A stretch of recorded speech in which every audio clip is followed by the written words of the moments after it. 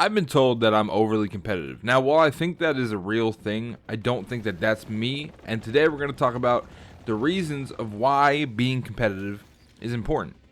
What's going on, guys? My name's Predator Gaming, back with a brand new video. If you guys are new to the channel, please drop a like to the video and subscribe to the channel as we are on the road to 500 subscribers. Appreciate all the love and support we've gotten as of recently.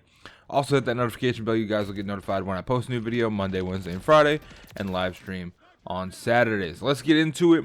Why competitiveness is important. So competition itself is actually ingrained into us as people. It's part of the human nature. According to Darwin's theory on the mechanism of evolution, competition among individuals becomes more intense within the same species, and research shows that children begin to compare themselves to others as young as 4 or 5, which is when they start to develop the urge to compete. So I don't know about everybody, but I know a lot of people that I've ran into in my life and the different things that I've done, basketball, jiu-jitsu, gaming even. People are told to shelf their competitiveness, shelf the want to be better, do better than everybody else around them. And I don't think that's the right case or the right route to go. People think being competitive leads to too much stress and anxiety. And I think if you let it consume you, that's probably true. But there are different advantages to it that I think far outweigh the cons. Stress, anxiety, isolation tends to be one. Like, you see tons of people that are ultra hyper competitive that are solo flyers. So we're going to talk about this right now. First, they're solo flyers because they want the competitive people in the world want greatness. They want exceptionalism, and you see this among the high performers. You look back at like people like Kobe Bryant or Michael Jordan. Basketball is my thing, obviously, and they're often alone in their pursuits of greatness. Hours in the gym where nobody's around them, no rebounders, no anything like that. So while it could ruin your life, there are things about it that drive you to greatness in your field. So you really have to identify what you want to do in your life. If you want to be part of a social group and have friends and ride, the bike off into the sunset or whatever you want to say, then maybe like ultra competitiveness isn't for you. And really, it's ingrained into each person. So if you get told to shelf it kind of young, I feel like it's hard to turn back on. I was ultra competitive in my late teens, and somewhere in my 20s, I know where I was dating somebody that told me that I shouldn't be as competitive as I am. Started to shelf a little bit. So once it was shelved for a couple years, I found it hard to turn back on.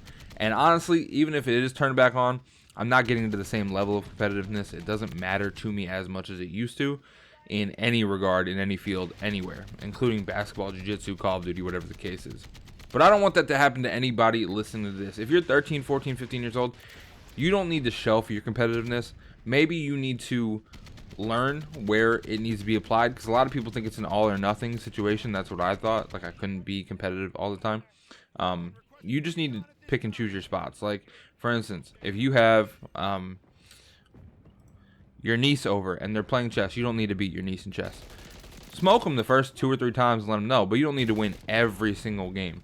But if you run into some random dude on the street trying to hoop or throw hands or whatever, you need to win. Throwing hands is probably a bad example because it's life or death in that situation. Competitiveness isn't really an aspect, but you get the idea.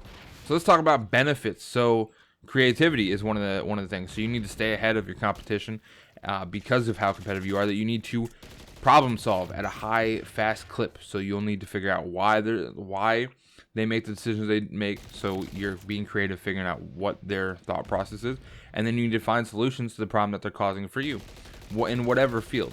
This happens in every form of competitiveness, from football to chess to checkers, whatever the case is.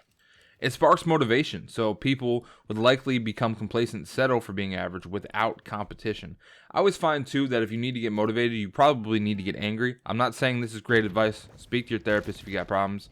But I'm saying motivation and anger in my brain are linked. Maybe I should speak to a therapist now that I'm saying it out loud. But if you're competitive, you can accept and be happy with your accomplishments while being driven to keep improving. That's the important thing. And we talked earlier on this month about, actually last month, I'm sorry, I didn't realize we were in December already, about like how to maintain your list of accomplishments without holding it back. But when you fail, if you fail, then that's going to give you more motivation to succeed and improve in the future. This also teaches you to take risks. Once you recognize that competition isn't as scary as people make it seem, you can get physical in games, you can get really into it. You can learn to take so many more risks. Being competitive may be uncomfortable at first, but once you get it rolling, you will develop the confidence to continue to do things outside of your comfort zone, which we talked about last week. And don't be afraid to put yourself out there. Your biggest risk is not taking any of them at all. And lastly, one of the biggest benefits of it is you learn. So it's important to never stop improving. Like, I don't understand the people that make it to 40, 45, 50 years old and never looked back and fixed or changed anything about their life. I genuinely, I can't wrap my head around how somebody can't self-reflect at some point. And being competitive is one of those things that helps you self-reflect. So it's important to never stop improving, and being competitive drives you to become the best version of yourself. Having this mindset can help highlight your strengths and weaknesses, which will give you a roadmap for areas you could improve in. And when you know your strengths, you can use them to the best of your advantage.